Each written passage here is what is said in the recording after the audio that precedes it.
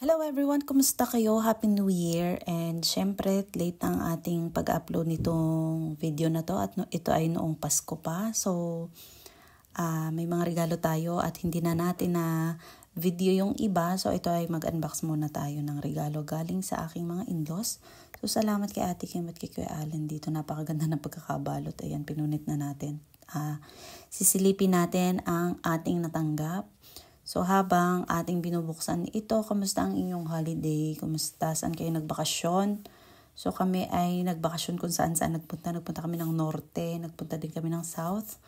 So within Luzon lang din naman. So kasama ang pamilya at nagbakasyon saglit.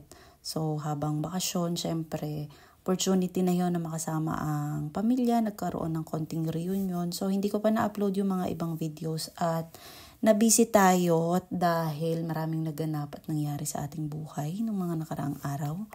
So habang ating binubuksan ito, ang aking taga-video ay ang aking panganay na anak. Salamat kay ate sa pagbi-video. So kaya nag-voice over ako kasi medyo maingay yung background at may music, baka tayo ma-copyright. So ayan. So tanggalin muna natin ang mga tape na nakadikit. At yun, so nga pala kayo mag-iingat at ngayon ay uso ang sakit. Dahil siguro sa panahon, sa mga nangyayari sa kapaligiran, ang daming nangyayari sa iba't ibang panig ng mundo, may mga sunog. So, lagi po tayong mag-iingat. At ayan na nga, nabuksan na natin ang ating natanggap na regalo. O, diba? Ang cute. O, ito ay mga, sa English, nalimutan ko na ang tawag dyan. Basta lagayan niya ng mga toyo, pati, suka, at saka mantika. Yun. So, eto siya. Mga glass siya. Babalik ulit natin sa bubble wrap at baka mabasag. So, yan.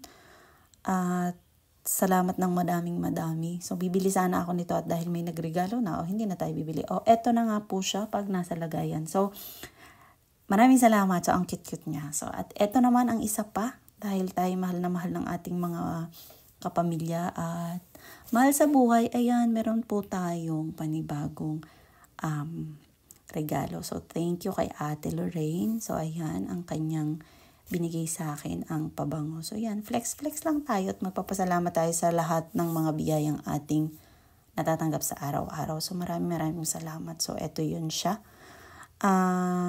Anong pangalan nito? Flores, basta yan. Yan yung mabango siya. Hindi siya masyadong masakit sa ilong. Yun, Flores ang pabangong pangalan niya. At swak sa akin. Gusto ko yung amoy. So, thank you ate.